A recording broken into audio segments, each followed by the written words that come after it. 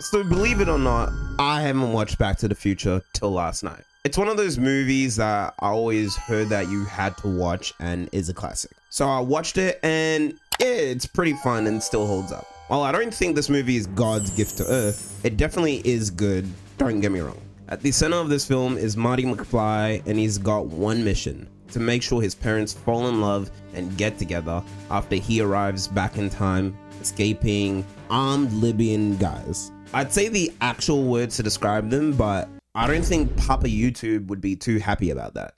Moving on. Marty is a regular teen who wants to have fun, hang with his missus, and play music. His dynamic and relationship with the mad scientist, Doc Brown, is the biggest selling point of this film, minus the actual premise. The Doc is this oddball who loves to invent all sorts of things, and his biggest one to date is a DeLorean that can travel through time. The reason Marty ends up traveling back to the 50s is because the Doc gets gunned down by our Libyan friends, who he duped in exchange for some plutonium, the power source for the time-traveling car. The silver lining here is that when he travels back in time, he ends up finding the younger version of Brown and briefs him on his current predicament. After some tussling, he agrees to help Marty, asks him one crucial question: did you interact with anyone else apart from me? Marty replies with yes, finding out he interacted with the high school version of his parents. The problem with this is that it altered how they fell in love. For instance, the car that hit Marty was meant to hit his father, George. However,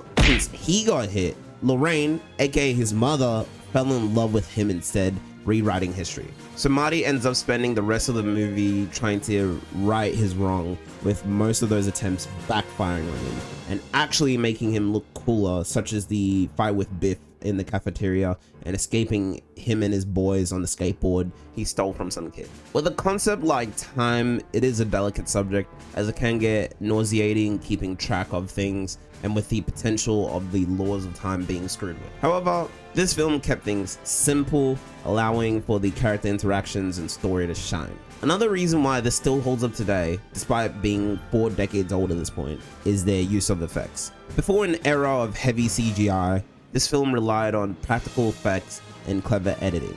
That's why films like these look like $1 million up until a certain point. I'm looking at you, 2000 CGI. That's why scenes like the time travel sequences and the clock tower lightning scene still look great. Also, the pacing is phenomenal. It doesn't feel like the film ever drags its feet or hits you with insane lore dumps, as some movies tend to do nowadays. This shows that sometimes less is more, and doing the most with what you have ends up resulting in something bigger than what you started off with. So if you're like me and you didn't end up watching this film when you were growing up, do yourself a favor and go watch it, please. It's amazing. It's a classic. Yeah, need anything else be said? Thanks for watching, and this is Black Sugar Lovin', out.